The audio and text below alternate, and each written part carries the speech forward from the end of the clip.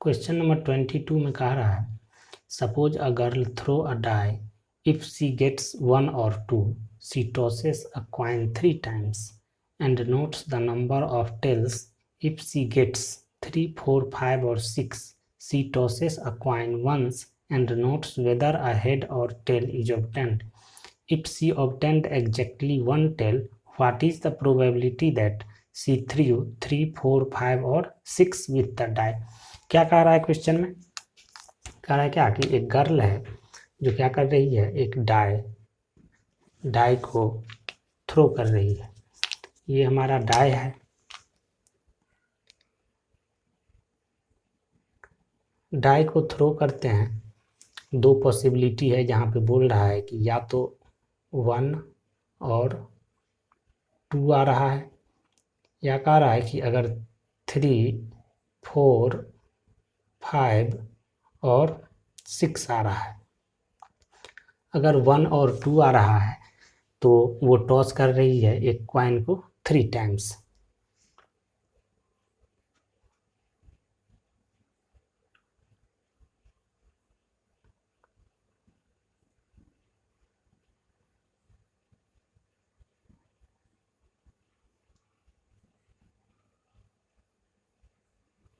अगर एक कॉइन को हम लोग 3 बार टॉस करें तो क्या सब पॉसिबिलिटी है हमारे पास कि तीनों हेड आ जाए, या नहीं तो 2 हेड और 1 टेल आए। ये हो सकता है हमारा HHT, HTH, या हो सकता है THH, या नहीं तो ये पॉसिबिलिटी है कि एक ही हेड आए और 2 टेल आ जाए हमारे पास। तो ये हो जाएगा THT, या नहीं तो TTH, या नहीं तो ये पॉसिबिलिटी है कि तीनों हेड ही आ जाए। तो जब 1 और 2 आएगा तो हमारे पास ये पॉसिबिलिटी है, और जब 3, 4, 5 और 6 आ रहा है तो वो क्या कर रही है, टॉसेस अ कॉइन वंस, एक ही बार वो कॉइन को थ्रो कर रही है। तो क्या होगा, इसमें क्या पॉसिबिलिटी है कि हमारे पास हेड आ जाए या टेल आ जाए। ये क्वेश्चन में गिवन है। तो कह रहा है क्या कि वो जो एग्जैक्टली एक टेल आ रहा है ये हमको पता है, तो क्या प्रोबेबिलिटी है कि वो लड़की 3, 5 और 4 डाई में उसको आया है। तो हम लोग क्या करते हैं, यहाँ पे मान लेते हैं क्या, मान लेते हैं कि E1 जो है वो हमारा है गेटिंग 1 और 2, और E2 जो है हमारा वो इवेंट है गेटिंग 3, 4, 5 और 6। उसके बाद हम लोग मान लेते हैं कि ये जो इवेंट है वो है हमारा एग्जैक्टली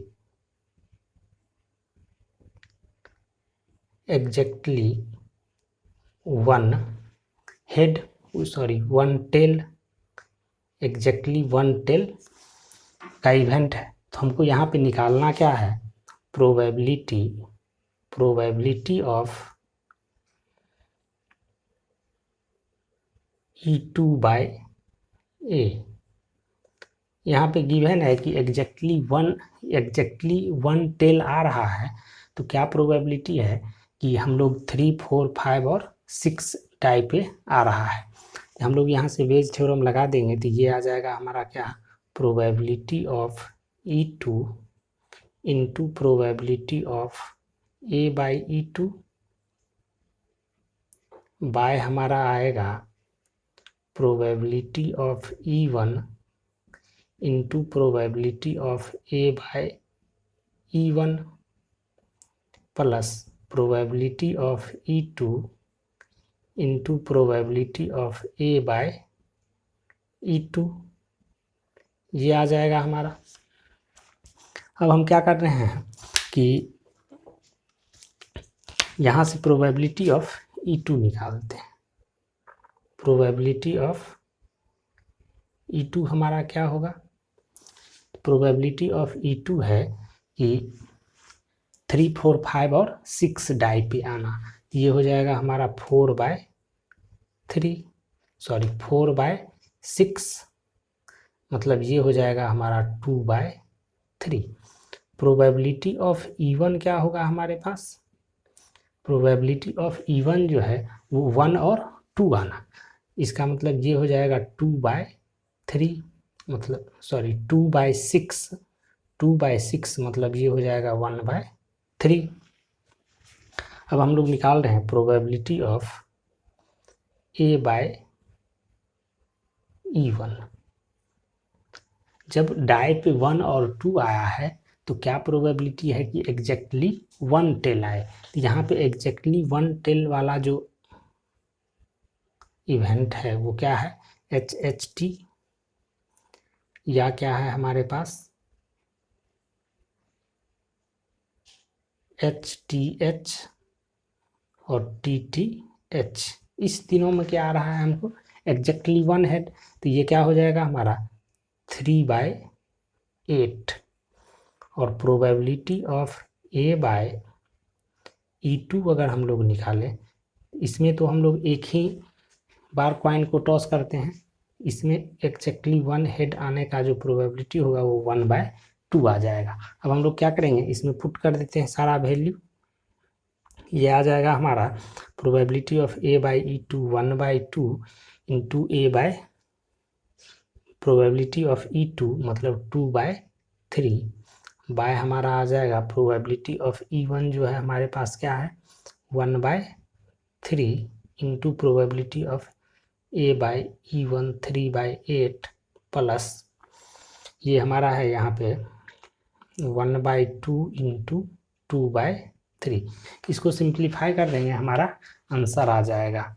क्वेश्चन नंबर 23 में कह रहा है कि 2 numbers are selected at random without replacement from the first 5 positive integers. Let x denote the larger of 2 numbers obtained, find the mean and variance of x।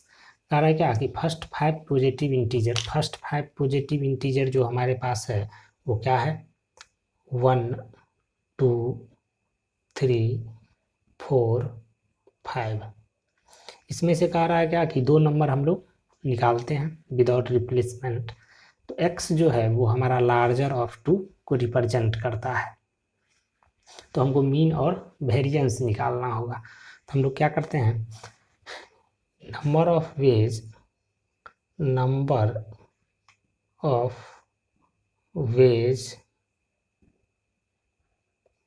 Of selecting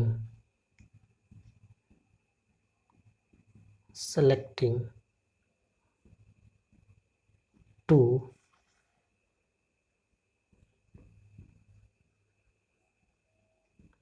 numbers from 5 positive number से अगर हम लोग को 2 number select करना है तो ये क्या हो जाएगा हमारे पास नंबर ऑफ वेज, ये 5 इंटू 4 इक्वल्स टू 20 होगा।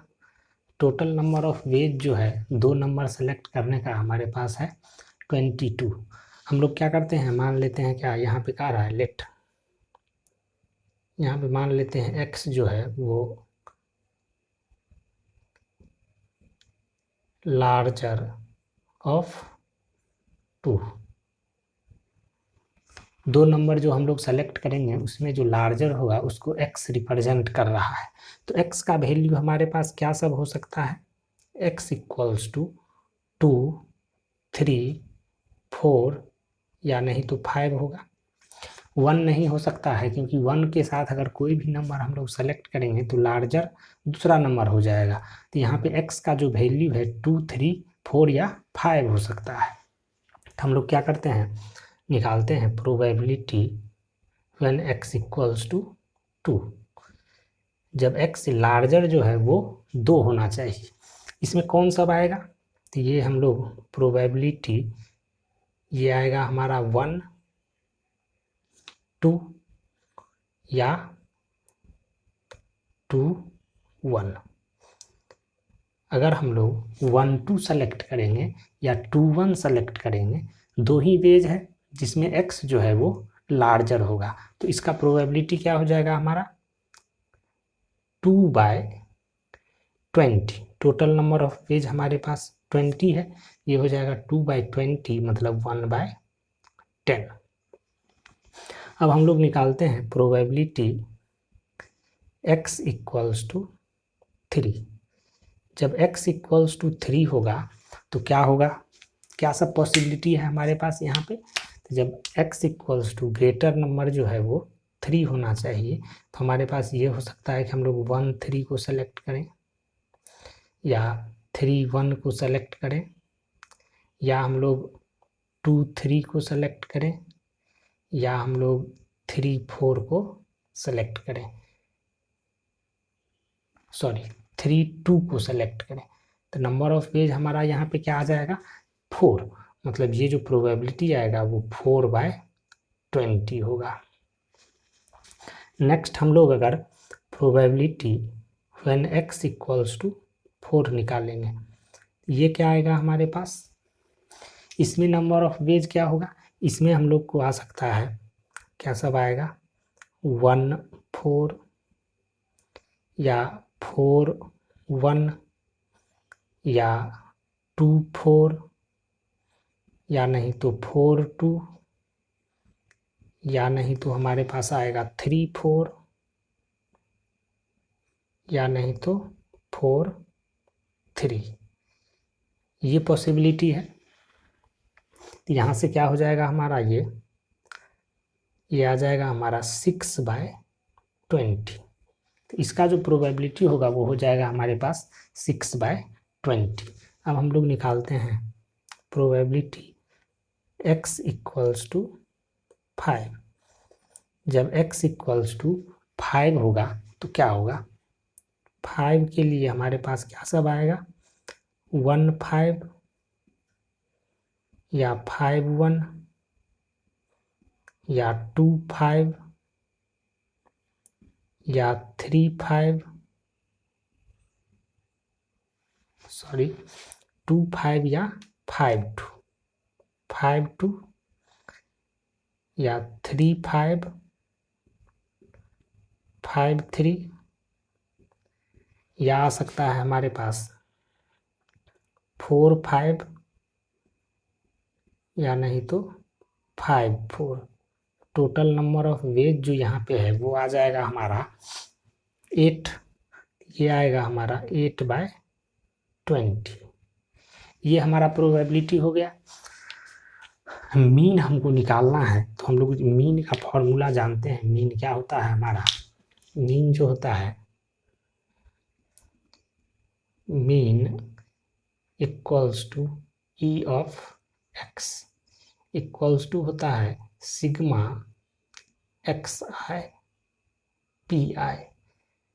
तो ये हमारा आ जाएगा क्या XI, x जब हमारा 2 होगा 2 इंटू प्रोबेबिलिटी हमारा क्या है 1/10। जब x हमारा 3 है तो प्रोबेबिलिटी क्या है हमारा 4/20 प्लस जब x हमारा 4 है तो प्रोबेबिलिटी हमारे पास क्या है 6/20 प्लस x जब हमारा 5 है तो प्रोबेबिलिटी क्या है हमारा 8/20।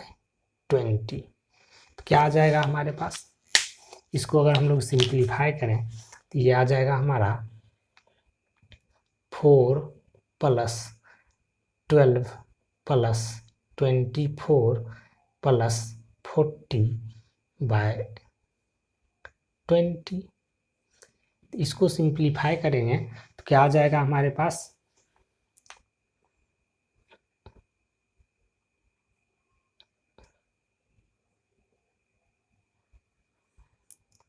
80/20 मतलब 4। तो मीन जो है वो हमारा आ गया 4। अब हमको निकालना है वेरिएंस। तो वेरिएंस x इक्वल्स टू हम लोग जानते हैं क्या होता है सिग्मा एक्स आई का square into P I minus mean का स्क्वायर, ये हमारा वेरिएंस का फॉर्मूला होता है। यहाँ पे हमको निकालना है एक्स आई का स्क्वायर इंटू पी आई। तो एक्स आई का स्क्वायर मतलब 2 का स्क्वायर, तो 2 का स्क्वायर इंटू प्रोबेबिलिटी हमारा 1/10 होगा प्लस 3 का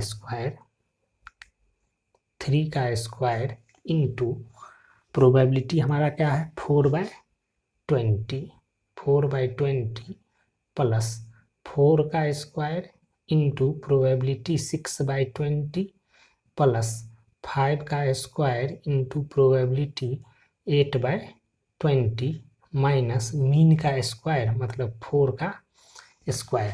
इसको हम लोग सिंप्लीफाई करें तो क्या आएगा 8/8 प्लस 36 प्लस 96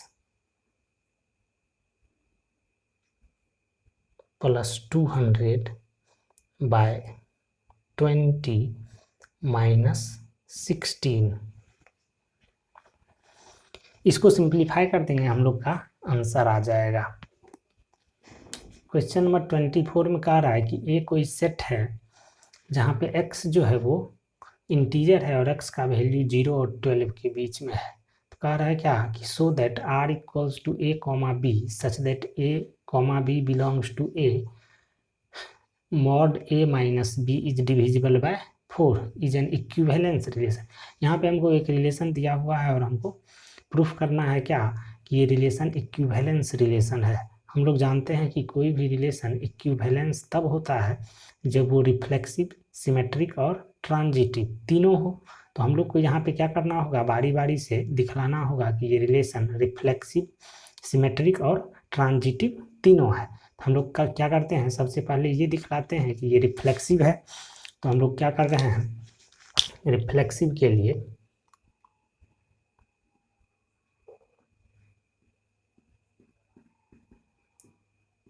रिफ्लेक्सिव हम लोग जानते हैं क्या कि किसी सेट ए में अगर कोई रिलेशन आर है तो उसको हम लोग रिफ्लेक्सिव बोलते हैं अगर ए कॉमा ए उस रिलेशन में हो for all a belongs to a के लिए। तो हम लोग यहाँ पे क्या करते हैं, मान लेते हैं क्या, लेट ए बिलोंग्स टू ए। तो यहाँ पे जो है ए माइनस ए इक्वल्स टू 0 आएगा, which is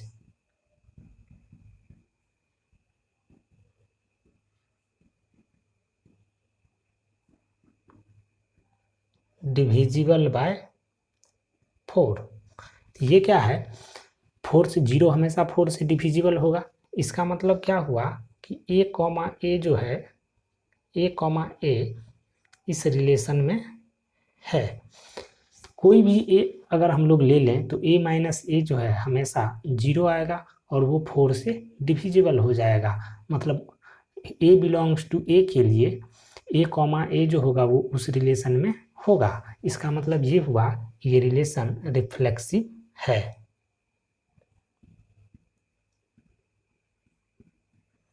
रिफ्लेक्सिव है। अब हम लोग को दिखलाना है कि ये सिमेट्रिक है। तो उसके लिए हम लोग क्या करेंगे,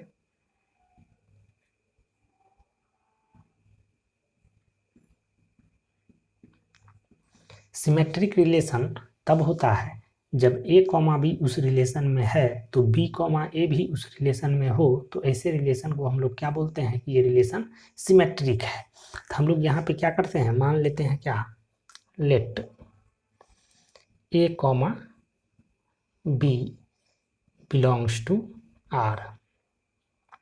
यहाँ पे हम लोग मान लिए हैं कि ए कॉमा बी जो है उस रिलेशन में है। अगर हम लोग ये दिखला दें कि बी कॉमा ए भी उस रिलेशन में होगा तो ये रिलेशन क्या हो जाएगा, सिमेट्रिक हो जाएगा। तो यहाँ पे अगर हम लोग मान लिए हैं कि ए कॉमा बी इस रिलेशन में है, इसका मतलब ये क्या होगा, this implies a minus b का जो मॉड होगा, ए माइनस बी का mod is divisible divisible by 4 होगा। तो a माइनस बी का मॉड निकालें या b माइनस ए का मॉड निकालें, ये दोनों हमेशा क्या होगा, इक्वल होगा। तो हम लोग ये भी बोल सकते हैं कि b माइनस ए का जो मॉड है वो भी 4 से डिविजिबल होगा। ये हम लोग बोल सकते हैं क्या, mod b minus A is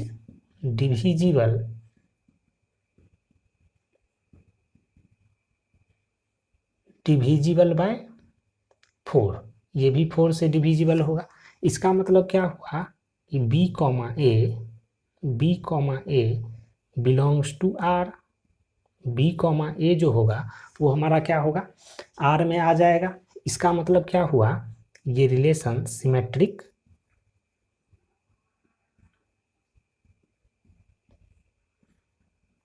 ये रिलेशन सिमेट्रिक हो जाएगा। तो हम लोग दिखला दिए कि ये रिलेशन रिफ्लेक्सिव और सिमेट्रिक है। अब हम लोग को क्या दिखलाना है कि ये ट्रांजिटिव है। तो ट्रांजिटिव के लिए हम लोग क्या करते हैं,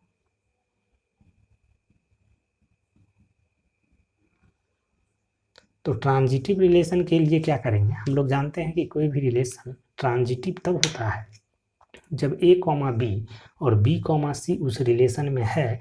तो a कॉमा सी जो होना चाहिए उस रिलेशन में हो, तब हम लोग क्या बोलते हैं, ये रिलेशन ट्रांजिटिव है। तो यहाँ पे हम लोग क्या करते हैं, मान लेते हैं क्या, मान लेते हैं let a comma b and b comma c belongs to R. A comma b और बी कॉमा सी इस रिलेशन में है। तो हम लोग अगर ये दिखला दें कि ए कॉमा सी इस रिलेशन में है, ये रिलेशन क्या हो जाएगा, ट्रांजिटिव हो जाएगा। तो हम लोग क्या करते हैं, सबसे पहले यहाँ पे ए कॉमा बी इस रिलेशन में है, इसका मतलब क्या होगा कि ए माइनस बी का जो मॉड होगा इज डिविजिबल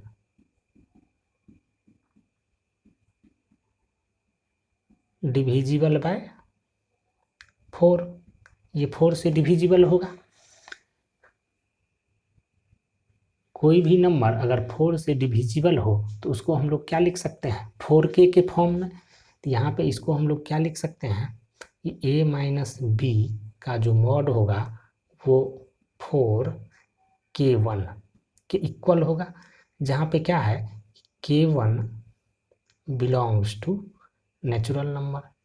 k1 जो है कोई भी नेचुरल नंबर है। तो इसको हम लोग क्या लिख सकते हैं, अगर मॉड हटा दें, हम लोग जानते हैं कि मॉड हटाएंगे यहाँ पे क्या हो जाएगा, a minus b equals to plus minus 4k1। इसको मान लेते हैं हम लोग ये फर्स्ट है हमारा। अब क्या है, यहाँ पे b कॉमा सी भी इस रिलेशन में है। इसका मतलब क्या हो जाएगा कि b माइनस सी का मॉड इज डिविजिबल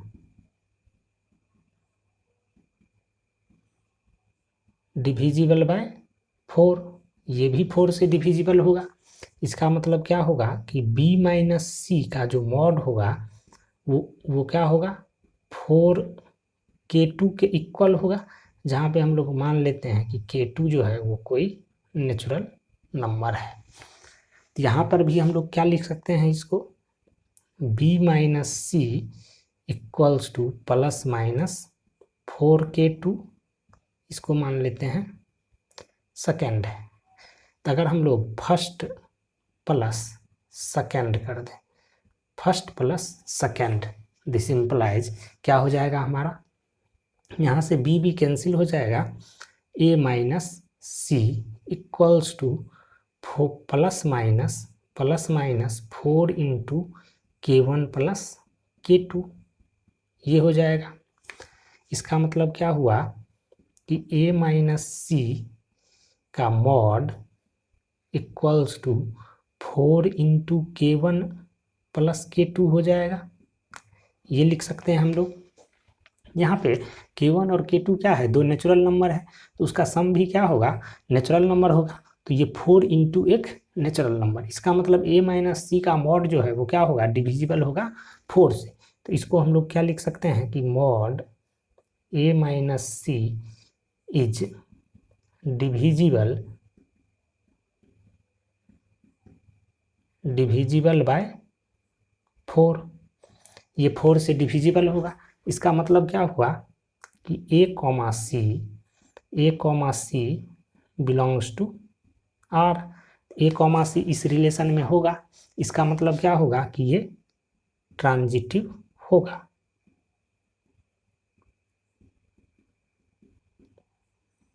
तो ये रिलेशन ट्रांजिटिव हो गया। तो हम क्या देख रहे हैं कि ये रिलेशन रिफ्लेक्सिव, सिमेट्रिक और ट्रांजिटिव तीनों है। इसका मतलब क्या होगा कि ये रिलेशन इक्विवेलेंस रिलेशन होगा। तो हम लोग बोल सकते हैं कि ये रिलेशन क्या है, इक्विवेलेंस रिलेशन है। ये प्रूफ हो गया हमारा। क्वेश्चन नंबर 24 का जो नेक्स्ट पार्ट है, इसमें कह रहा है कि find the set of all elements related to 1। तो हम लोग मान लेते हैं क्या कि मान लेते हैं let x is related to 1। मान लेते हैं कि x जो है 1 से रिलेटेड है।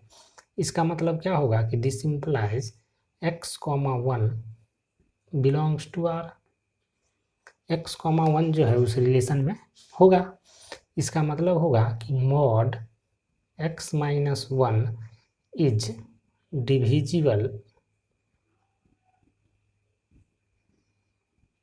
Divisible by 4। तो x माइनस 1 का मॉड जो है वो 4 से डिविजिबल होना चाहिए। इसका मतलब यहाँ से हमारा जो x आएगा वो क्या सब आएगा, x इक्वल्स टू 1 हो सकता है, 1 माइनस 1 जो होगा 0, वो 4 से डिविजिबल हो जाएगा। या नहीं तो हमारा क्या हो सकता है, 2 नहीं होगा, 3 नहीं होगा, 4 हो सकता है, सॉरी 4 भी नहीं होगा, 5 हो सकता है। 5 माइनस 1 4 होगा और वो क्या होगा, 4 से डिविजिबल हो जाएगा। 6 नहीं हो सकता है, 7 नहीं हो सकता है, 8 नहीं हो सकता है, 9 होगा, 9 माइनस 1 8 और वो जो है हमारा 4 से डिविजिबल है। 10 11 12 नहीं हो सकता है। मतलब 1 से रिलेटेड जो एलिमेंट है वो हमारा 1 5 और 9 होगा। इसी को हम लोग इक्विवेलेंस क्लास भी बोलते हैं।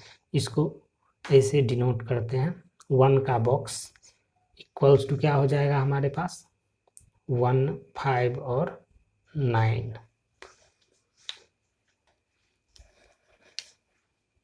इस क्वेश्चन में हमको एक फंक्शन दिया हुआ है f of x equals to x by x square plus 1 और हमको दिखलाना है कि ये फंक्शन 1 1 है। 1 1 फंक्शन दिखलाने के लिए हम लोग क्या करते हैं, मान लेते हैं क्या कि x1 x2 कोई दो एलिमेंट उस फंक्शन के डोमेन में है और उसको हम लोग क्या करते हैं, f of x1 equals to f of x2 put करके उसको सॉल्व करते हैं। सॉल्व करने के बाद अगर हमारे पास केवल x1 इक्वल्स टू x2 आए तो वो फंक्शन 1 1 होता है, नहीं तो 1 1 नहीं होता है। तो हम लोग क्या करते हैं, मान लेते हैं यहाँ पे क्या, फॉर 1 1 के लिए let x1, x2 belongs to R।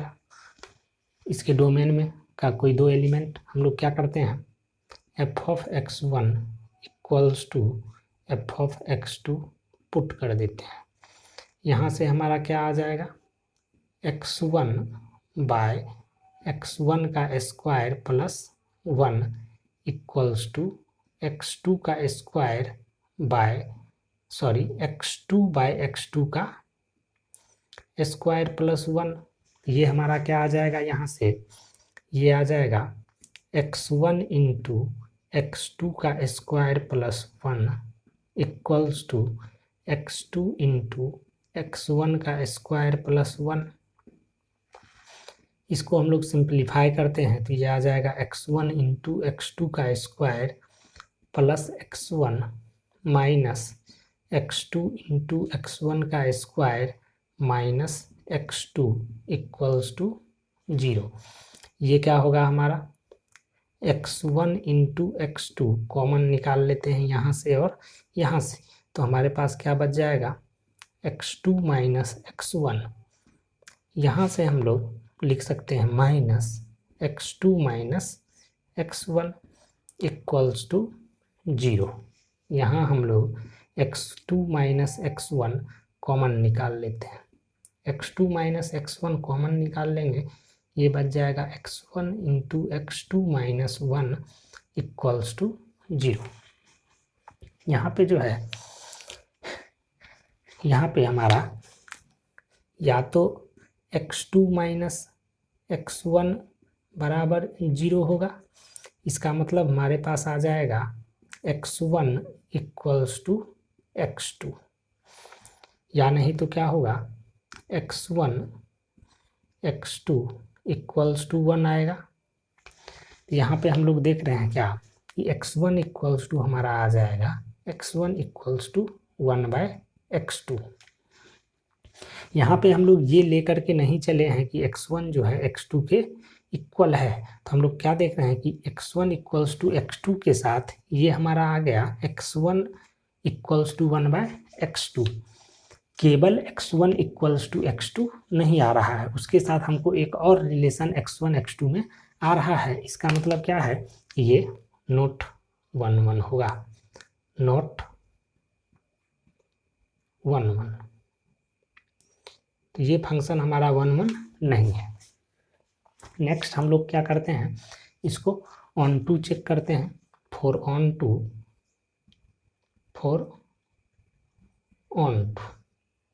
On to check करने के लिए हम लोग को क्या करना होगा, इस फंक्शन का रेंज निकालना होगा।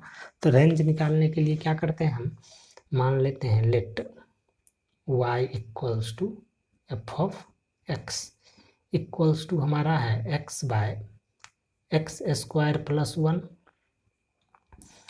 इसको अगर सिंप्लीफाई करेंगे तो ये आ जाएगा x² into y plus y equals to x। इसको हम लोग क्या लिख सकते हैं, यहाँ से इसको लिख लेते हैं x² y minus x plus y equals to 0। x के लिए अगर हम लोग सॉल्व करें तो x इक्वल्स टू आ जाएगा हमारा -b plus minus √b² minus 4ac minus 4y² by 2y। तो x को डिफाइंड होने के लिए यहाँ पे हमारा क्या होना चाहिए कि for x to be defined, for x to be defined, x को डिफाइंड होने के लिए हमारा क्या होना चाहिए, 1 minus 4y² greater than equals to 0 आना चाहिए। तो ये क्या होगा हमारा, मतलब y² minus 1/4 less than equals to 0 होना चाहिए। इसका मतलब y minus 1/2 into y plus 1/2 less than equals to 0 होना चाहिए। इसका मतलब क्या होगा, ये -1/2 से y का जो वैल्यू है वो 1/2 के बीच में आना चाहिए। तो y का वैल्यू हम लोग जानते हैं, इस इनइक्वलिटी को सॉल्व करने के लिए y1 minus 1/2 into y1 plus 1/2 less than equals to 0 है। ये बड़ा और छोटा के बीच में आता है, ये हो जाएगा -1/2 से y का वैल्यू 1/2 के बीच में। इसका मतलब यहाँ पे क्या है, हमारा रेंज जो है वो आ गया, रेंज -1/2 टू 1/2। और यहाँ पे हमारा कोडोमेन जो दिया हुआ है वो R दिया हुआ है। यहाँ पे क्या होगा, कोडोमेन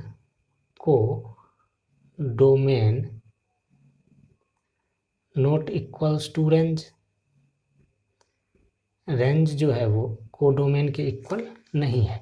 इसका मतलब क्या होगा कि ये फंक्शन ऑन टू नहीं होगा, हम लोग बोलते हैं नॉट ऑन टू, ये फंक्शन ऑन टू नहीं होगा। नेक्स्ट पार्ट में क्या कह रहा है कि GR में कोई फंक्शन है और g of x equals to 2x minus 1 दिया हुआ है, तो हमको f of g of x निकालना है। हमको फॉग x निकालना है। इसको हम लोग क्या लिखते हैं, f of g of x। g of x हमारा क्या दिया हुआ है यहाँ पे, g ऑफ x है हमारा 2x माइनस 1। तो इसको हम लोग क्या लिख सकते हैं, f ऑफ 2x माइनस 1। अब f में x के जगह पे 2x माइनस 1 पुट कर देंगे, ये आ जाएगा 2x minus 1 bye 2x minus 1 का होल स्क्वायर प्लस 1। इसको सिंप्लीफाई कर देंगे, हमारा आंसर आ जाएगा। क्वेश्चन नंबर 25 में हमको एक मैट्रिक्स दिया हुआ है और कह रहा है क्या कि इसका इन्वर्स निकालना है। तो हम लोग जानते हैं क्या कि किसी भी मैट्रिक्स ए का जो इन्वर्स होता है, inverse a inverse equals to होता है adjoint a by determinant a. ये फॉर्मूला हम लोग जानते हैं। तो यहाँ पे हमको ए इन्वर्स निकालने के लिए एडजॉइंट और डिटर्मिनेंट ए निकालना होगा। सबसे पहले हम लोग क्या करते हैं, डिटर्मिनेंट ए निकालते हैं। तो डिटर्मिनेंट ए इक्वल्स टू क्या होगा यहाँ पे हमारा, इसको हम लोग क्या करते हैं, रो 1 के अलोंग एक्सपेंड कर देते हैं। ये आ जाएगा 2 into minus 4 plus 4 plus 3 into minus 6 plus 4 minus 5 into 3 minus 2। इसको सिंप्लीफाई करेंगे, ये हमारा 0 आ जाएगा, यहाँ से हो जाएगा -2 इंटू 3 माइनस 6, यहाँ से हमारा हो जाएगा माइनस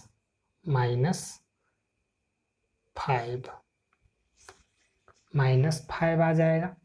ये जो होगा हमारा वो -11 आ जाएगा। सॉरी, यहाँ पे जो है हमारा +5 आएगा, +5 आएगा। ये हमारा +5 होगा, ये हमारा -1 आएगा। तो डिटर्मिनेंट ए जो है यहाँ पे 0 नहीं है, इसका मतलब ये मैट्रिक्स जो है वो क्या है, नॉन सिंगुलर मैट्रिक्स है, मतलब ये मैट्रिक्स इन्वर्टिबल होगा। तो अब हम लोग को क्या करना होगा, इस मैट्रिक्स का एडजॉइंट निकालना होगा। तो एडजॉइंट निकालने के लिए हम लोग को क्या करना होगा, कोफैक्टर निकालना होगा। तो यहाँ पे हम लोग कोफैक्टर निकालते हैं। कोफैक्टर A11, इस एलिमेंट का कोफैक्टर अगर हमको निकालना है तो हम लोग क्या करते हैं, इसको और इसको छोड़ देते हैं। तो हमारे पास क्या बच जाएगा, यहाँ पे बच जाएगा 2 माइनस 4 1 माइनस 2। यहाँ पे हम लोग मल्टीप्लाई करते हैं -1 टू दी पावर 1 प्लस 1 से। इसका जो वैल्यू आएगा वो हमारा क्या आ जाएगा, -4 प्लस 4 इक्वल्स टू 0। इस तरीके से हम लोग हर एक एलिमेंट का कोफैक्टर निकालेंगे। इसी तरीके से अगर हम A12 निकालें, मतलब एलिमेंट 3 का कोफैक्टर, तो ये हमारा आ जाएगा क्या,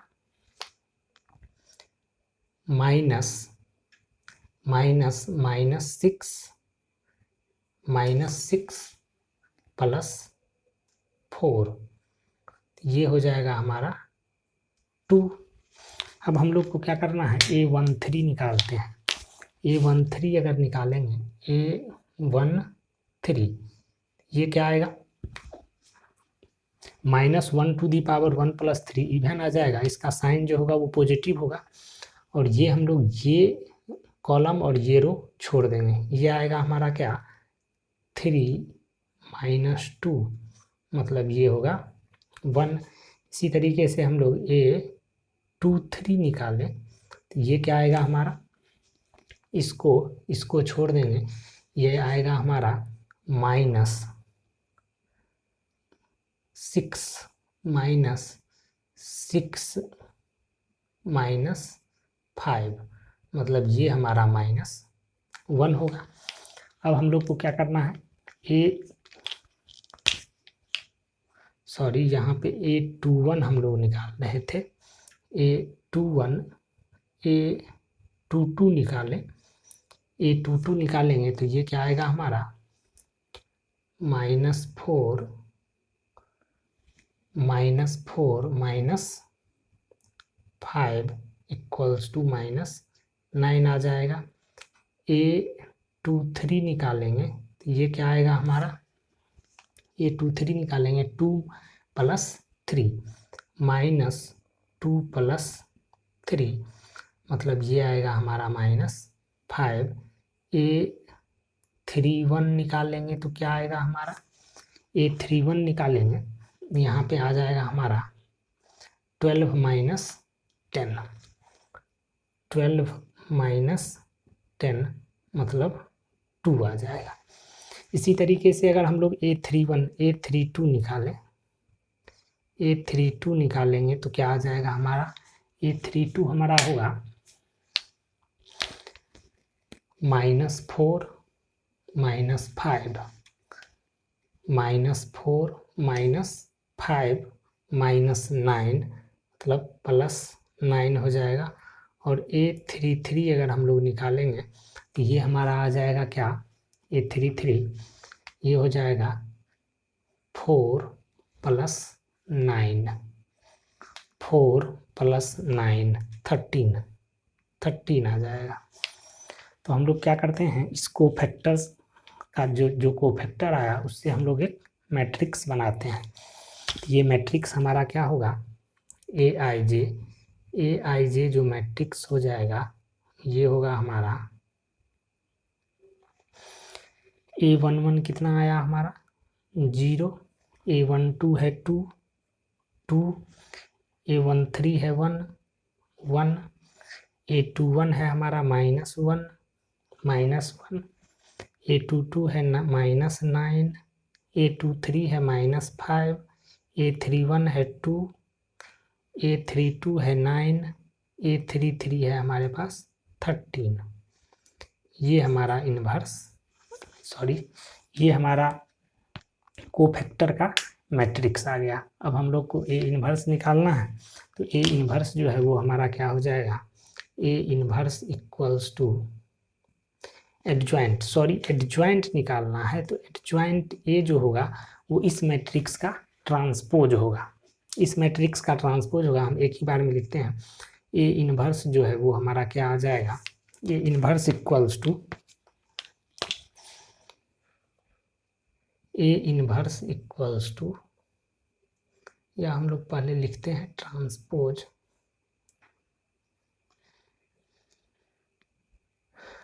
एडजॉइंट A जो आएगा हमारा वो इस मैट्रिक्स का ट्रांसपोज होगा। ये आ जाएगा 0 2 1 -1 -9 -5 2 9 13। ये हमारा एडजॉइंट आ गया। तो A इन्वर्स अगर हम लोग निकालें तो A इन्वर्स हमारा क्या आ जाएगा, A इन्वर्स इक्वल्स टू हो जाएगा 1/डिटर्मिनांट A, डिटर्मिनांट हमारा -1 है तो 1/-1 इंटू 0 2 1 -1 -9 -5 2 9 13।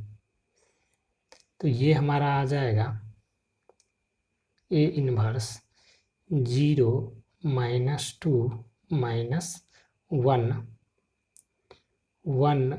9 5 -2 -9 -13। ये हमारा A इन्वर्स आ गया।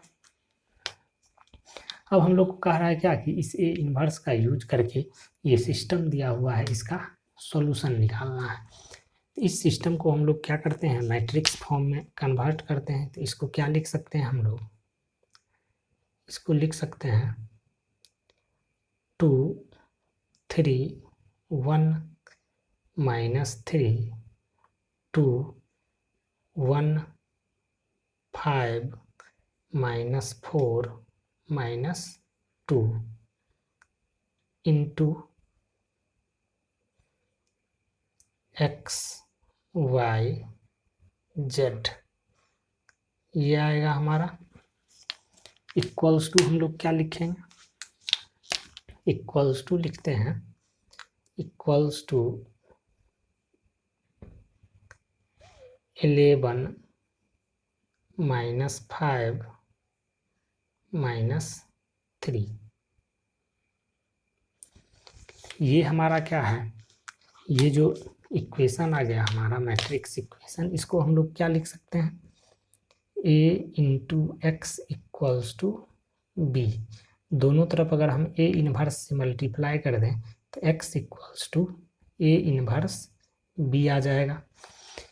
तो यहाँ पे हम लोग x इक्वल्स टू क्या लिख सकते हैं, x y z equals to a inverse हमारे पास क्या है, 0 -2 -1 1 9 5 -2 -9 -13 इंटू क्या होगा हमारा 11 -5 -3। इस दोनों मैट्रिक्स को अगर हम मल्टीप्लाई कर दें हमारा आंसर आ जाएगा।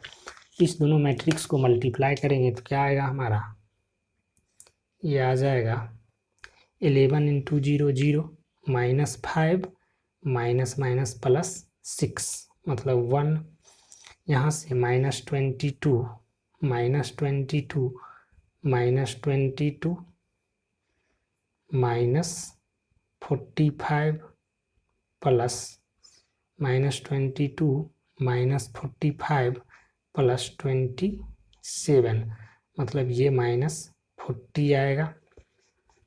यहाँ से हमारा क्या आ जाएगा, -11 -25 +39, ये क्या आ जाएगा हमारा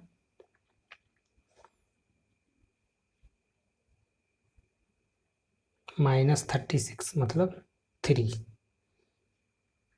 ये हमारा यहाँ पे x इक्वल्स टू आ जाएगा 1, y इक्वल्स टू -40 और z इक्वल्स टू 3 आ जाएगा।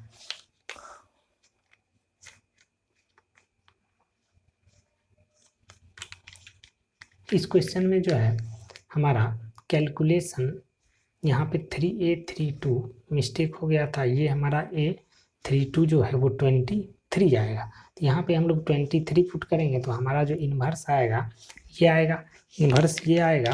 तो यहाँ पे हमारा जो होगा ये -23 होगा। तो इसको अगर हम लोग कैलकुलेट करें ये आ जाएगा -22 -45 +9 69 23 इंटू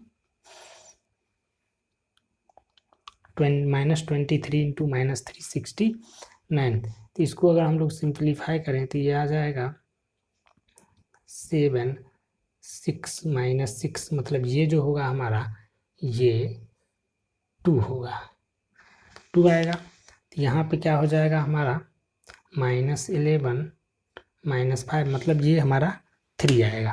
तो यहाँ से जो आंसर है हमारा x equals to 1, y equals to 2 और z इक्वल्स टू 3 आएगा। क्वेश्चन नंबर 25 में कह रहा है कि एलिमेंट्री ट्रांसफॉर्मेशन का यूज करके इन्वर्स निकालना है। तो हम लोग कैसे करते हैं ये, हम लोग जानते हैं क्या कि a equals to i into a, ये लिख सकते हैं। किसी भी मैट्रिक्स में अगर आइडेंटिटी मैट्रिक्स को मल्टीप्लाई करते हैं तो वो मैट्रिक्स खुद आ जाता है। तो हम लोग a equals to i into a लिख सकते हैं।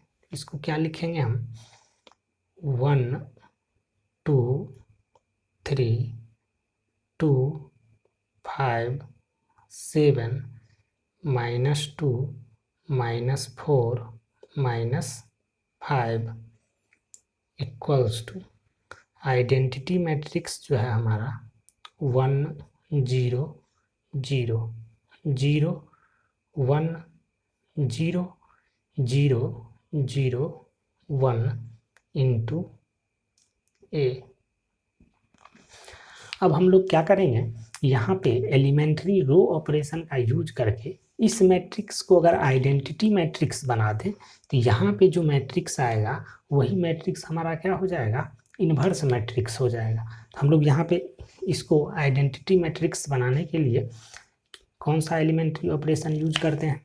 सबसे पहले हम लोग क्या करते हैं, यहाँ पे R2 से R2 माइनस 2R1 करते हैं एंड R3 से R3 प्लस 2R1 करते हैं। तो ये क्या आ जाएगा हमारा, यहाँ से जो मैट्रिक्स आएगा हमारा वो होगा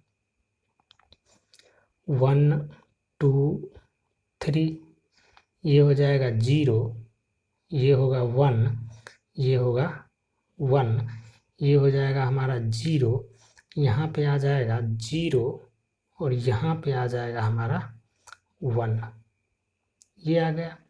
इक्वल्स टू क्या आएगा हमारा R2 माइनस 2R1, R1 तो सेम ही रहेगा 1 0 0, इसमें से हम लोग 2R1 सब्ट्रैक्ट कर रहे हैं, यहाँ पे -2 आ जाएगा, यहाँ पे 1 रहेगा, यहाँ पे 0, ये सॉरी यहाँ पे R3 प्लस 2R1 कर रहे हैं तो यहाँ पे हमारा 2 आ जाएगा, ये 0 और ये 1 इंटू ए रहेगा। अब हम लोग क्या करते हैं कि यहाँ से कौन सा ऑपरेशन करते हैं, तो हम लोग कर रहे हैं क्या कि R1 to R1 minus 2R2 ये कर रहे हैं and R2 to R2 minus R3 ये कर दे रहे हैं। तो ये क्या आ जाएगा हमारा, ये है ये मैट्रिक्स R1 से R1 माइनस 2R1 कर रहे हैं तो ये हमारा 1 होगा, यहाँ पे जो है हमारा 0 आ जाएगा और यहाँ पे हमारा 2 आ जाएगा, तो ये 2 होगा। इसमें से हम लोग R3 को सब्ट्रैक्ट कर रहे हैं, ये हमारा 0 आएगा, ये 1 और ये 0 हो जाएगा, ये 0 0 1 इक्वल्स टू क्या होगा हमारा, तो R1 में से हम लोग यहाँ पे R1 माइनस हम लोग क्या कर रहे थे 2R2 सब्ट्रैक्ट, यहाँ से 1 होगा, ये तो 0 हो जाएगा और यहाँ पे हमारा 1 आएगा, ये 1 होगा। यहाँ से R1 माइनस 2R2 मतलब हो जाएगा ये हमारा 5, 1 प्लस 4 माइनस 2R2 मतलब यहाँ पे हमारा -2 आएगा और यहाँ पे हमारा 0 होगा और R2 माइनस R3 कर रहे हैं तो यहाँ पे हमारा -4 आएगा, यहाँ पे तो 1 ही रहेगा और यहाँ पे हमेशा हमारा -1 आ जाएगा, ये 2 होगा, ये 0 होगा, ये 1 होगा इंटू ए। अब यहाँ पे क्या है कि अगर यहाँ पे हमारा 0 आ जाए तो ये आइडेंटिटी मैट्रिक्स हो जाएगा, तो हम लोग क्या करते हैं R1 to R1 minus R3 कर देते हैं, तो ये क्या आ जाएगा हमारा 1 0 0 0 1 0 0 0 1 इक्वल्स टू यहाँ पे हमारा 3, यहाँ पे -2, यहाँ पे -1 -4 1 -1 2 0 1 इंटू ए। हम लोग जानते हैं कि किसी भी मैट्रिक्स में उसका इन्वर्स अगर मल्टीप्लाई करें वो आइडेंटिटी मैट्रिक्स के इक्वल आता है। मतलब यहाँ पे हमारा ए इन्वर्स जो होगा, ए इन्वर्स आ जाएगा 3 -2 -1 -4 1 -1 0 2 1। ये हमारा ए इन्वर्स आ गया। क्वेश्चन नंबर 26 में कह रहा है कि using integration find the area of the region in first quadrant enclosed by the x axis the line y equals to x and circle x² plus y² equals to 32। हम लोग को सबसे पहले क्या करना होगा, जो कर्व दिया हुआ है उसको प्लॉट करना होगा। हम लोग जानते हैं क्या कि x² plus y² equals to a²। ये जो है एक सर्किल का इक्वेशन होता है जिसका सेंटर जो है वो 0,0 और रेडियस ए होता है। यहाँ पे जो इक्वेशन दिया हुआ है x² plus y² equals to 32। यहाँ पे सेंटर जो होगा, इस सर्किल का सेंटर ये हमारा 0,0 और इसका रेडियस r जो होगा वो √32 मतलब 4√2 होगा। और ये y equals to x origin से पास करता हुआ लाइन का इक्वेशन है। हम लोग क्या करते हैं, सबसे पहले प्लॉट कर लेते हैं। ये मान लेते हैं y एक्सिस है हमारा, ये मान लेते हैं x एक्सिस है, ये हमारा y एक्सिस है। यहाँ पे हमारा जो सर्किल है x² plus y² equals to 32 वो ऐसा होगा।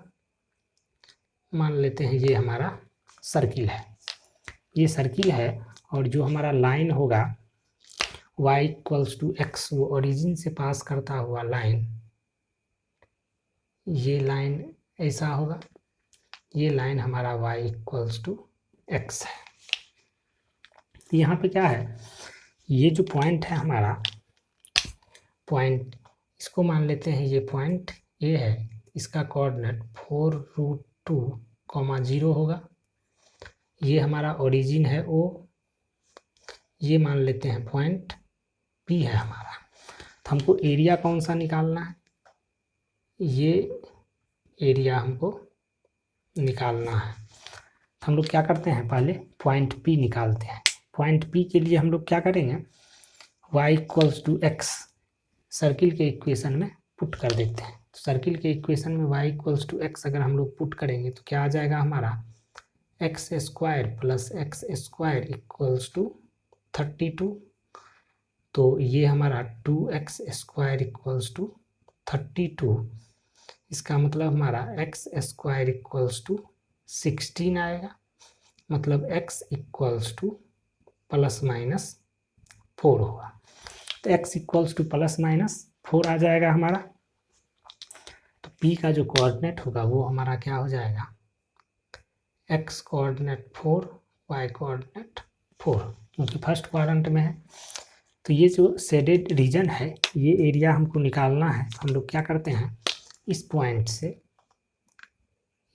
से एक परपेंडिकुलर ड्रॉ कर देते हैं। ये मान लेते हैं m है। तो यहाँ पे हमारा एरिया रिक्वायर्ड एरिया जो है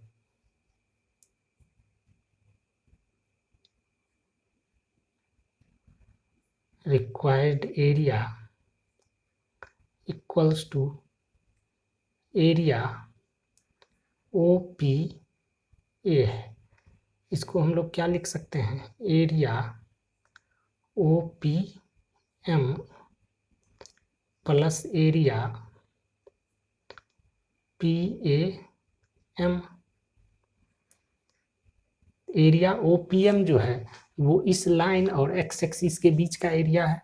इसको हम लोग क्या लिख सकते हैं, 0 to 4 integration 0 to 4 x into dx plus integration 4 to 4√2 root under, यहाँ से हम लोग इस इक्वेशन से ये सर्किल और एक्स एक्सिस के बीच का एरिया है, इसका मतलब इस सर्किल से हम लोग y का वैल्यू निकालेंगे तो ये आएगा हमारा 32 minus x square into dx।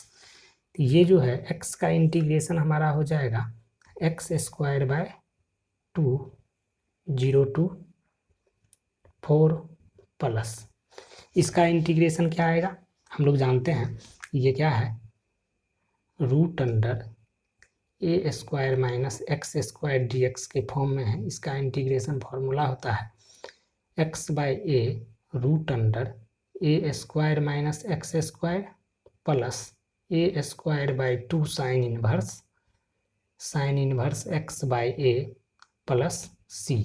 तो यहाँ से इसका इंटीग्रेशन क्या आ जाएगा हमारा, x बाय 2 होता है।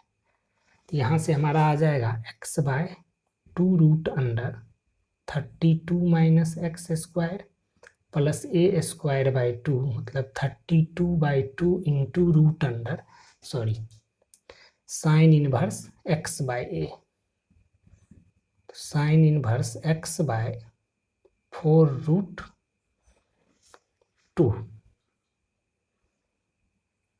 4/4√2। हम लोग लिमिट पुट कर देंगे, यहाँ पे लिमिट अगर पुट करें तो एरिया रिक्वायर्ड एरिया जो है हमारा,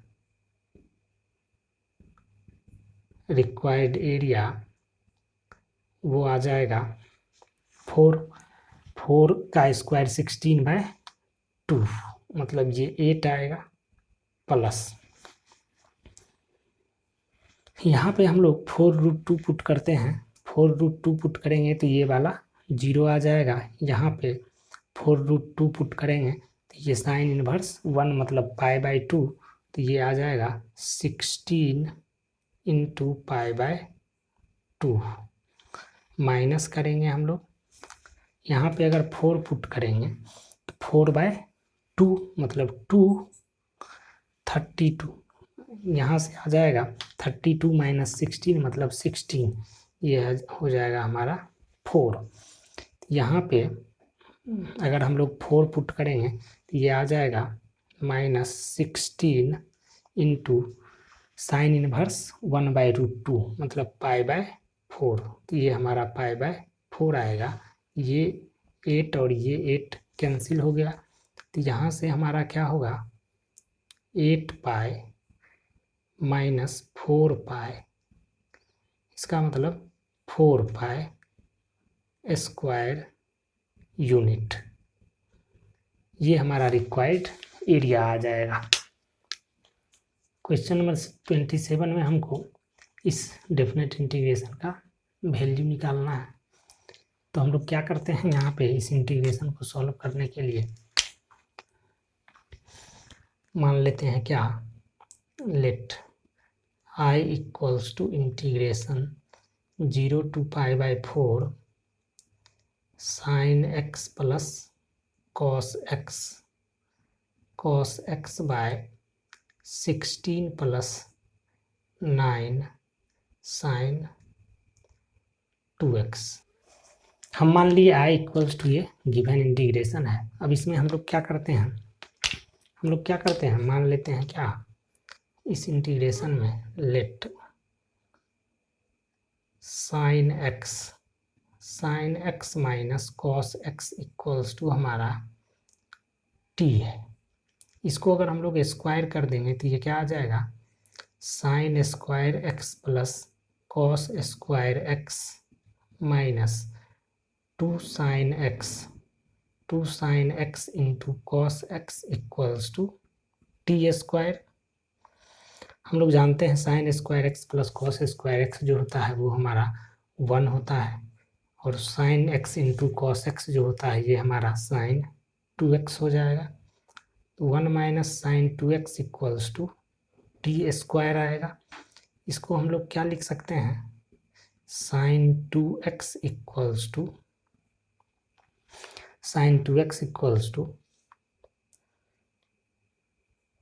1 minus t square. Sine 2x equals to हमारा क्या आ गया, 1 माइनस टी स्क्वायर। यहाँ से अगर इसको हम लोग डिफरेंशिएट करेंगे तो ये क्या आएगा हमारा, cos x plus sine x into d x equals to d t, ये आ जाएगा। अब हम लोग क्या कर रहे हैं, यहाँ पे लिमिट निकाल रहे हैं। तो जब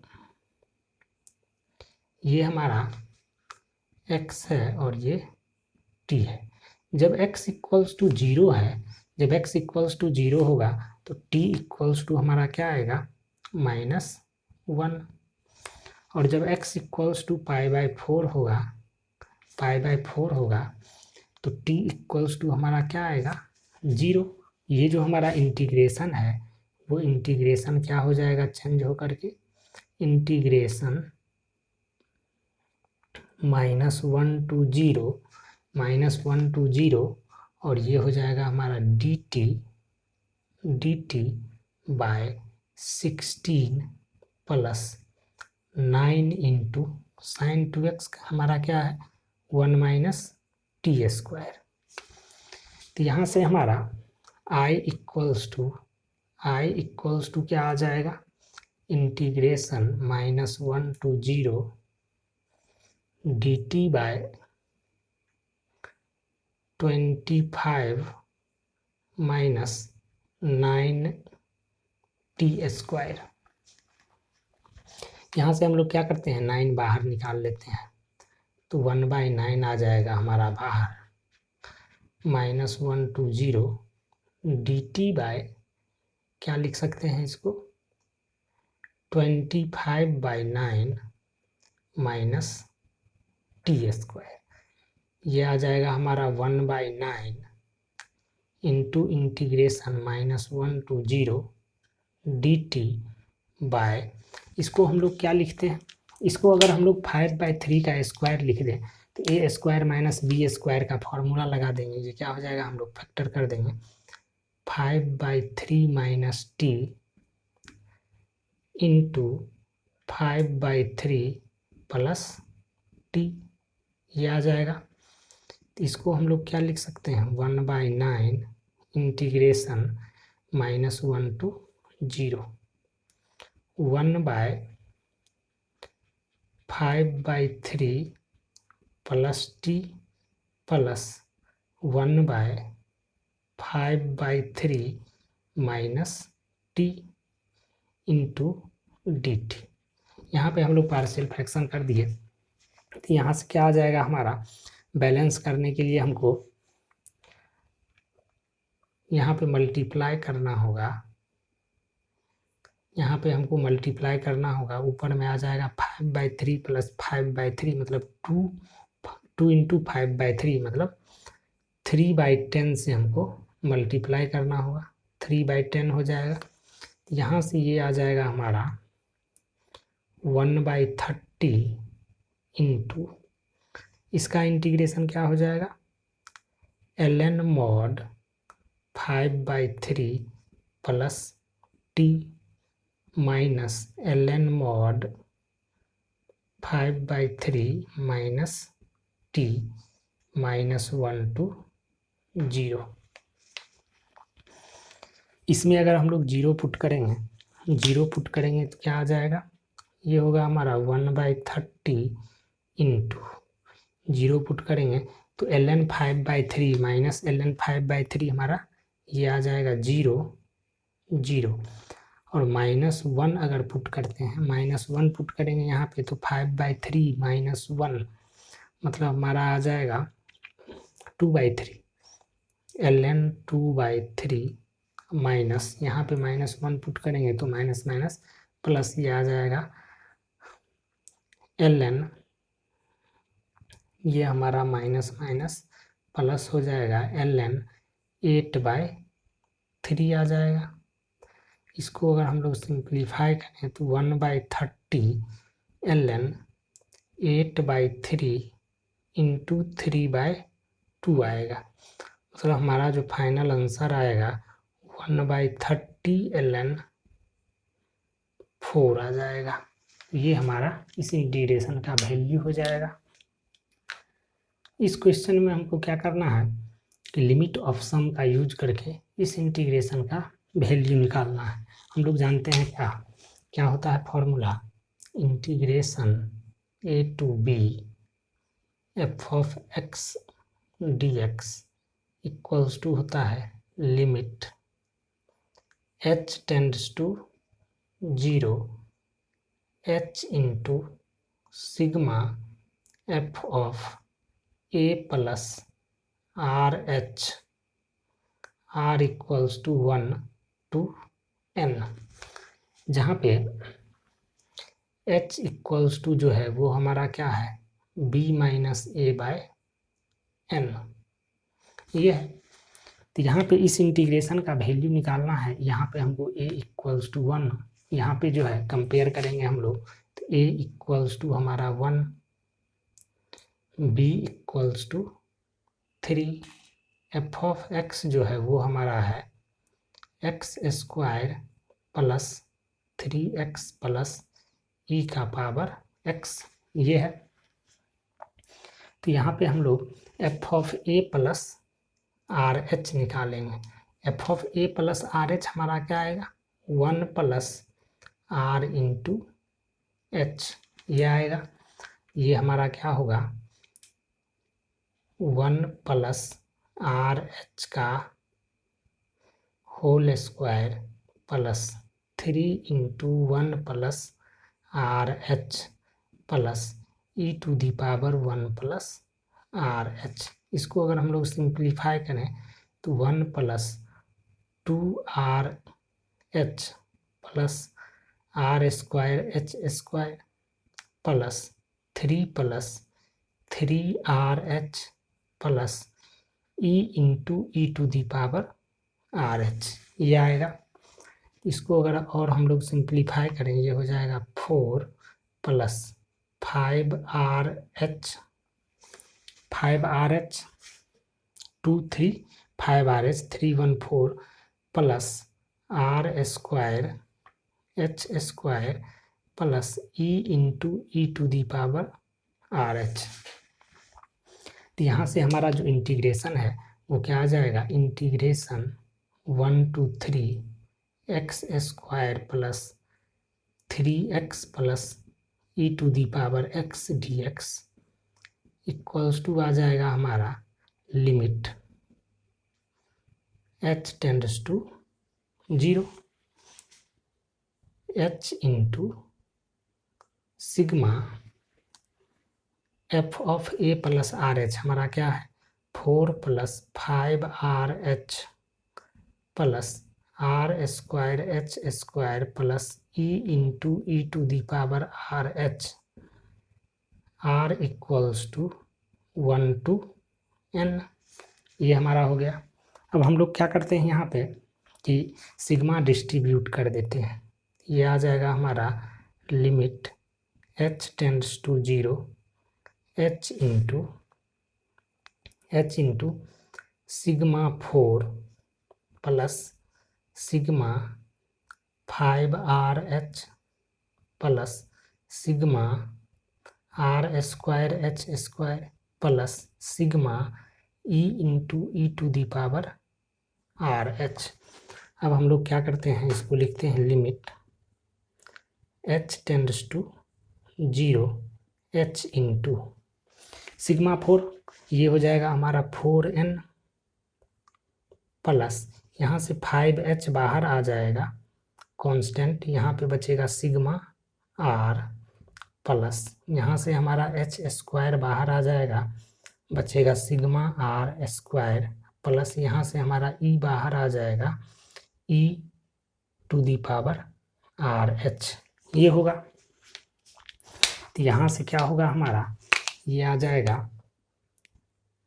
limit h tends to 0 h into 4n plus ये है नेचुरल नंबर का सम, ये हो जाएगा 5h into n plus 1 bye 2, ये आ जाएगा n into n plus 1 by 2। Sigma r square जो है वो हमारा हम लोग जानते हैं formula, plus h square into sigma r square हमारा होता है n into n plus 1 into 2n plus 1 by 6 plus, इसको अगर हम लोग एक्सपेंड करें तो ये हमारा जीपी आ जाएगा। इसको अगर हम लोग एक्सपेंड करते हैं तो ये हमारा जीपी आएगा। वो जीपी क्या होगा, e to the power h plus e to the power 2h plus e to the power 3h, ये जीपी है हमारा। हम लोग जीपी का सम इसमें लगाएंगे तो ये हो जाएगा ई इंटू जीपी का सम क्या होता है a into e to the power h, a into r का पावर n, ई का power n into h minus 1 by r minus 1, e minus 1, ये आएगा हमारा। अब हम लोग क्या करते हैं, यहाँ से अगर हम लोग क्या करें कि h इक्वल्स टू हमारा क्या आएगा, यहाँ पे पुट करेंगे तो ये आ जाएगा h equals to b minus a, मतलब 2/n। इसका मतलब हमारा NH इक्वल्स टू जो है वो 2 आ जाएगा। हम लोग इसका यूज करते हैं, यहाँ पे हम लोग क्या करते हैं, लिमिट h टेंड्स टू अगर 0 है तो n टेंड्स टू जो है हमारा क्या हो जाएगा, इन्फिनिटी। तो यहाँ से हम लोग ये लिख सकते हैं limit n tends to infinity, और इसको h को 2/n लिखते हैं। ये हमारा 4n है प्लस ये हमारा 2/n, 5 इंटू 2/n होगा into n into n plus 1/2 आएगा हमारा।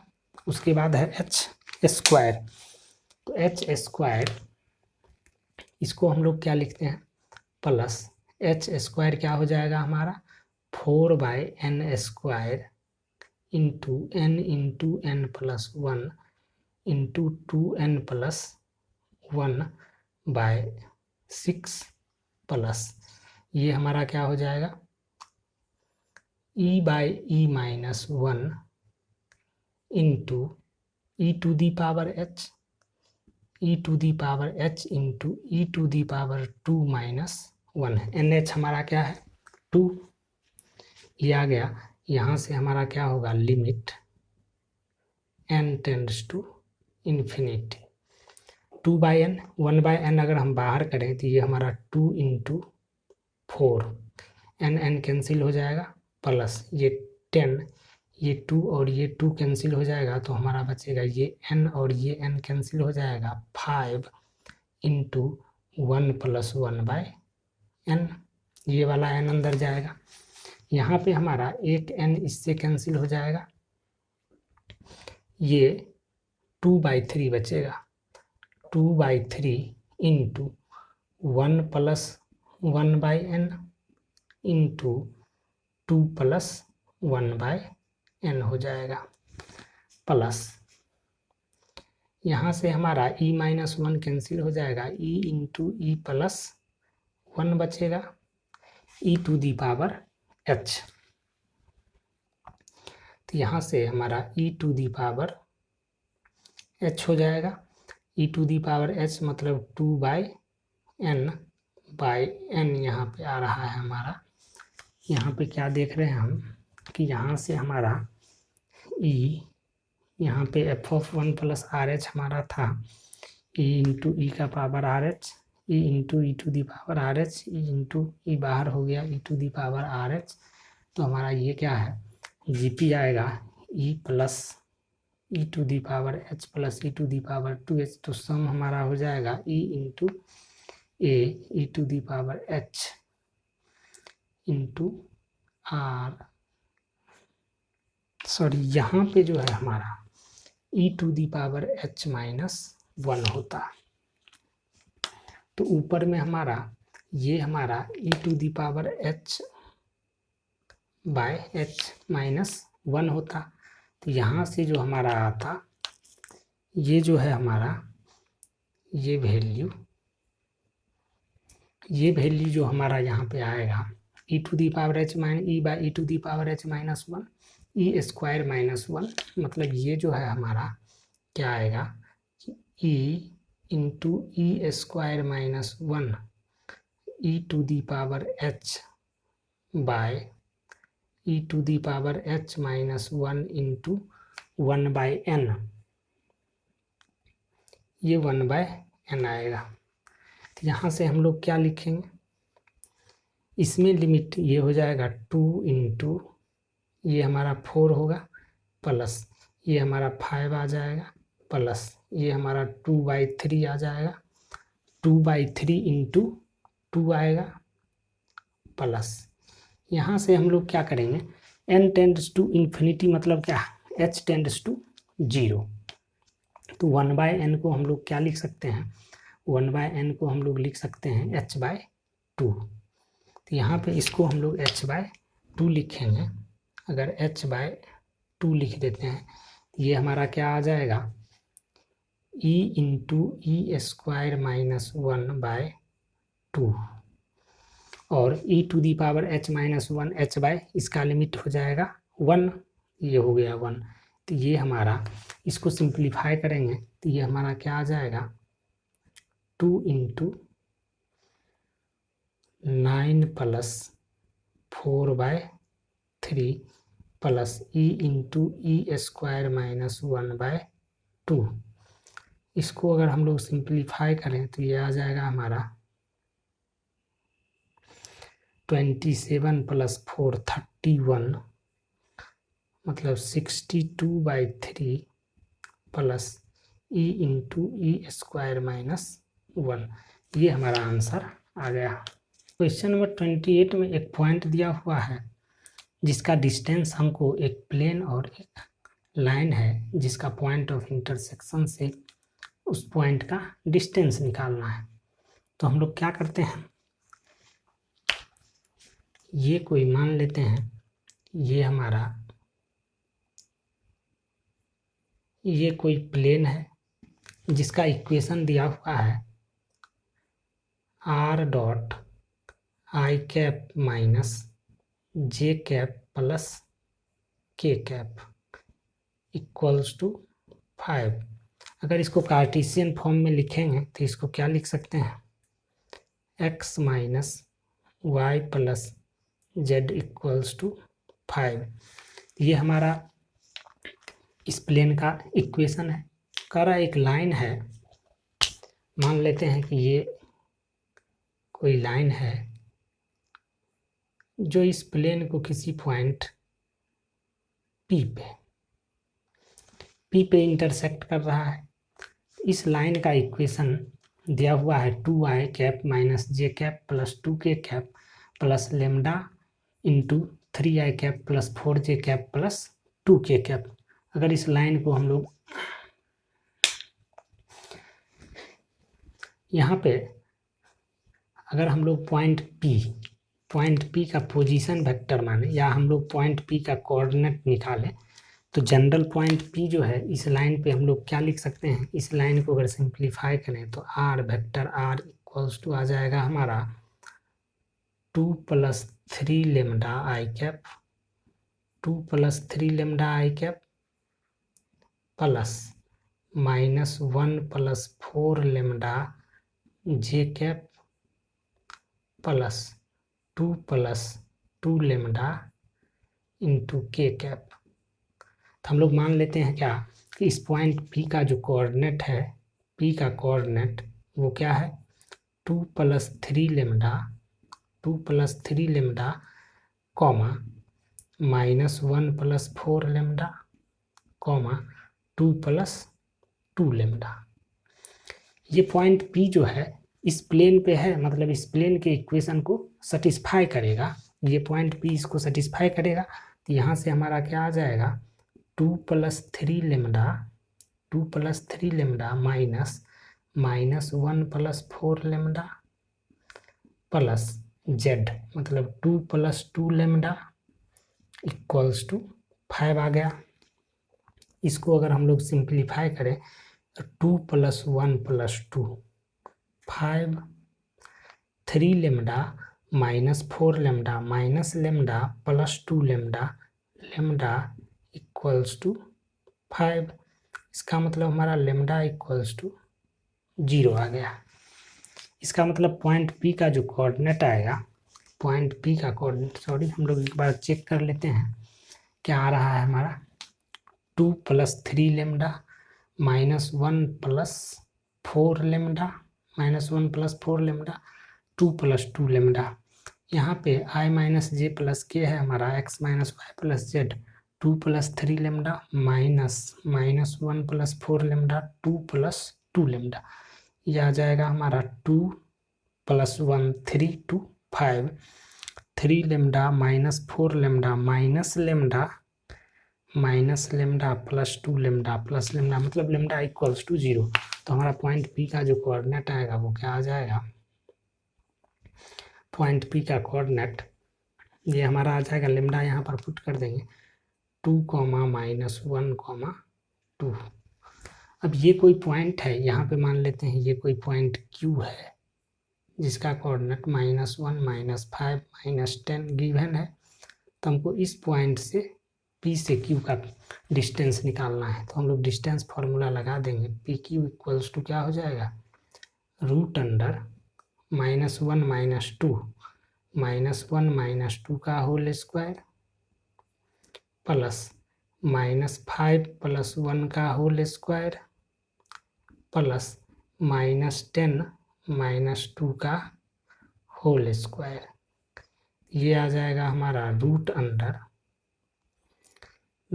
का 3 का स्क्वायर 9, 4 का स्क्वायर 16 और यहाँ से 12 तो 144 मतलब ये हमारा 169 आएगा और हमारा आंसर जो होगा वो 13 होगा।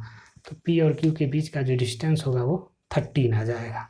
नंबर 29 लीनियर प्रोग्रामिंग प्रॉब्लम है। इसमें कहा रहा है कि a factory manufactures question number 20 linear programming problem है। इसमें कहा रहा है a factory manufactures 2 types of screw A and B. Each type requires the use of 2 machines on an automatic and a hand operated. It takes 4 minutes on the automatic and 6 minutes on hand operated machine to manufacture a packet of screw A, and while it takes 6 minutes on the automatic and 3 minutes on the hand operated machine to manufacture a packet of screw B. Each machine is available for at most 4 hours on a day. The manufacturer can sell a packet of screw A at a profit of 70 paise and B at RS1. Maximise profit. इस question में हमको कह रहा है कि एक factory manufacture करता है 2 स्क्रू A और B। हम लोग यहाँ पे एक रफ टेबल बना लेते हैं। स्क्रू A और ये हमारा B है। इसमें कह रहा है क्या कि दोनों को बनाने के लिए 2 तरीके का मशीन लगता है। एक है हमारा हैंड ऑपरेटेड मशीन और ऑटो, या हम लोग लिखते हैं इसको AM मतलब ऑटोमेटिक मशीन और HM मतलब हैंड ऑपरेटेड मशीन। और यहाँ पे हम लोग लिखते हैं प्रॉफिट। कह रहा है स्क्रू A को बनाने के लिए 6 मिनट ऑन ऑटोमेटिक और 3 मिनट ऑन हैंड ऑपरेटेड। यहाँ पे इसको 6 मिनट लगता है और ये हैंड ऑपरेटेड पे 3 मिनट लगता है। स्क्रू B के लिए कह रहा है कि 6 मिनट, यहाँ पे इसका है 4 मिनट। स्क्रू A को 4 मिनट ऑटोमेटिक और 6 मिनट हैंड ऑपरेटेड मशीन पे लगता है। और इसको 6 मिनट SKU B के लिए 6 मिनट ऑटोमेटिक मशीन और 3 मिनट हैंड ऑपरेटेड मशीन पे लगता है। इस पे प्रॉफिट जो है हमारा 70 पैसा और इस पे प्रॉफिट 1 रुपया है। तो हमको प्रॉफिट मैक्सिमाइज करना है। हम लोग क्या करते हैं, मान लेते हैं क्या कि SKU A का X पैकेट और B का Y पैकेट हम लोग रोज बनाते हैं। तो हमारा यहाँ पे ऑब्जेक्टिव फंक्शन जो होगा, ऑब्जेक्टिव फंक्शन वो क्या हो जाएगा, Z इक्वल्स टू मैक्सिमाइज करना है 0.7x प्लस y को, इसको मैक्सिमाइज करना है। अब हम लोग कॉन्स्टेंट लिखते हैं यहाँ पे। SKU A का एक पैकेट अगर बनाते हैं तो उसके लिए हमको 4 मिनट ऑटोमेटिक मशीन लगता है और SKU B के लिए 6 मिनट। तो ऑटोमेटिक मशीन टोटल एक दिन में हमको 4x प्लस 6y इतना मिनट चाहिए।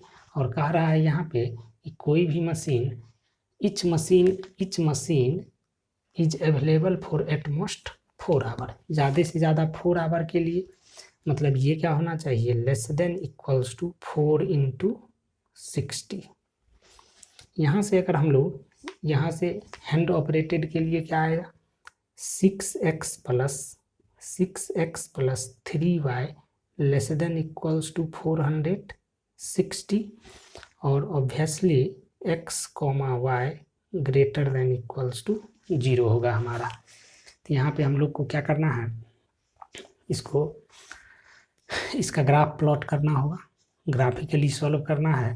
तो हम लोग को ग्राफ प्लॉट करना होगा। तो हम लोग यहाँ पे क्या करते हैं, पहले इक्वेशन देखते हैं first, 4x plus 6y equals to, इसको क्या लिखते हैं हम लोग 240। यहाँ से 2x या हम लोग इसको क्या लिख सकते हैं 4x by 240 plus 6y by 240 equals to 1। ये आ जाएगा x by 60 plus y by 40 equals to 1। Second equation को हम लोग सिंप्लीफाई करेंगे। ये हमारा फर्स्ट इक्वेशन है। सेकेंड इक्वेशन को हम लोग इन इक्वेशन को सिंप्लीफाई करते हैं। ये आ जाएगा 6x plus 3y equals to 240। इसको अगर हम लोग सिंप्लीफाई करें, ये x by 40 plus y by 80 equals to 1 आ जाएगा। अब हम लोग क्या करते हैं, इसका ग्राफ प्लॉट कर लेते हैं।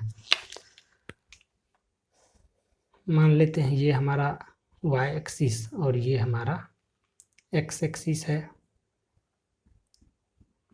y एक्सिस और ये x एक्सिस है।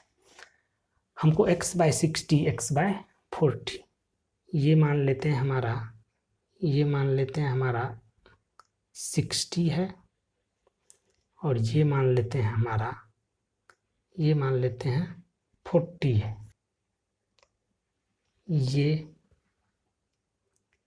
ये लाइन दूसरा हम लोग इसको मान लेते हैं कि ये हमारा 40 है और ये हमारा 80 है। तो ये लाइन जो एक लाइन होगा हमारा, ये आ जाएगा। यहाँ पे कह रहा है ये 4x plus 6y less than equals to 240। मतलब इस लाइन के नीचे और इस लाइन के नीचे का पार्ट लेना है। मतलब ये हमारा फिजिबल रीजन आएगा। ये जो है हमारा फिजिबल रीजन आएगा। ये O है, ये A मान लेते हैं, ये B मान लेते हैं और ये C। हमको पॉइंट B का कोऑर्डिनेट निकालना होगा। पॉइंट B के लिए हम लोग क्या करते हैं, इस दोनों इक्वेशन को हमको सॉल्व करना होगा। इसको सॉल्व करने के लिए हम लोग क्या करते हैं, ये हमारा 4x प्लस 3y, इसमें हम लोग इस इक्वेशन में, इक्वेशन 2 में, इस इक्वेशन में 2 से मल्टीप्लाई कर देते हैं। ये हो जाएगा 12x plus 6y equals to 480 और ये equation 4x plus 6y equals to 240, इसको हम लोग सब्ट्रैक्ट कर लेंगे, ये कैंसिल हो जाएगा। 8x इक्वल्स टू आ जाएगा हमारा 240, मतलब x इक्वल्स टू हमारा आ जाएगा 30। जब x इक्वल्स टू 30 आएगा तो हम लोग यहाँ पे पुट कर देते हैं फर्स्ट इक्वेशन में, तो यहाँ से हमारा क्या आ जाएगा, x इक्वल्स टू 30 का मतलब x बाई 60, मतलब 1/2, 1/2, तो यहाँ पे आ जाएगा 1 माइनस 1/2, मतलब y इक्वल्स टू हमारा हो जाएगा 20। ये तो इस पॉइंट का कोऑर्डिनेट हमारा आ जाएगा क्या, 20, 30, सॉरी 30, 20। हम लोग क्या करते हैं, कॉर्नर पॉइंट को सी पी, कॉर्नर पॉइंट को लिस्ट कर लेते हैं, वैल्यू ऑफ ऑब्जेक्टिव फंक्शन यहाँ पे लिस्ट करते हैं। तो ये हमारा कॉर्नर पॉइंट है 0, 0, आगे है कॉर्नर पॉइंट हमारा 40, 0, उसके बाद 30, 20, अगला जो कॉर्नर पॉइंट है वो हमारा है 0, 40। इस पॉइंट पे हम लोग ऑब्जेक्टिव फंक्शन का वैल्यू निकालेंगे, ये आएगा हमारा 0। इस पॉइंट पे निकालेंगे 40 इंटू 0.7, ये आ जाएगा हमारा 28। 30, 20 पे निकालेंगे तो ये आ जाएगा हमारा 0.7 इंटू 30 प्लस 20, इसका मतलब हो जाएगा 20, ये हमारा 41, यहाँ पे आएगा हमारा 40, तो ये जो मैक्सिमम प्रॉफिट है हमारा ये 41 है। मैक्सिमम प्रॉफिट जो होगा वो हमारा 41 होगा। कहाँ पे होगा, जब x इक्वल्स टू 30 और y इक्वल्स टू 20 होगा। तो जब x इक्वल्स टू क्या है, x इक्वल्स टू 30, मतलब पैकेट स्क्रू ए का 30 पैकेट और स्क्रू बी का 20 पैकेट बनाएंगे तो हमारा जो प्रॉफिट होगा वो मैक्सिमम होगा।